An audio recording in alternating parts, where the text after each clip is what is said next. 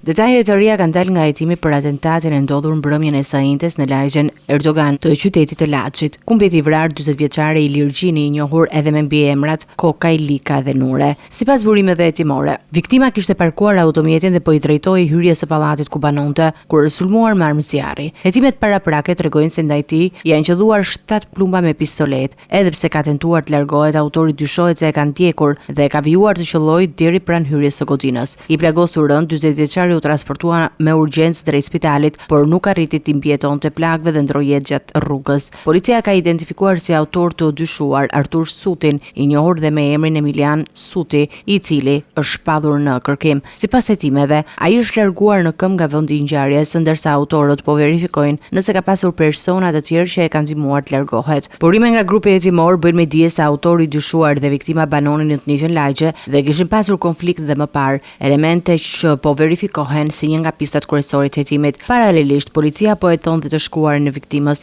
përfshirë aktivitetin e tij jashtë Shqipërisë. Sipas verifikimeve, Ilir Gjini është dënuar më parë me 5 vite burg për veprën penale, kanosje për shkak të detyrës, kishte precedent për armbajtje pa leje, si dhe rezultonte i arrestuar në Belgjik për veprën penale të vjedhjes. Grupi hetimor vijon punën për dokumentimin e plotë të ngjarjes, identifikimin e çdo personi të përfshirë dhe zbardhjen e motivit të atentatit.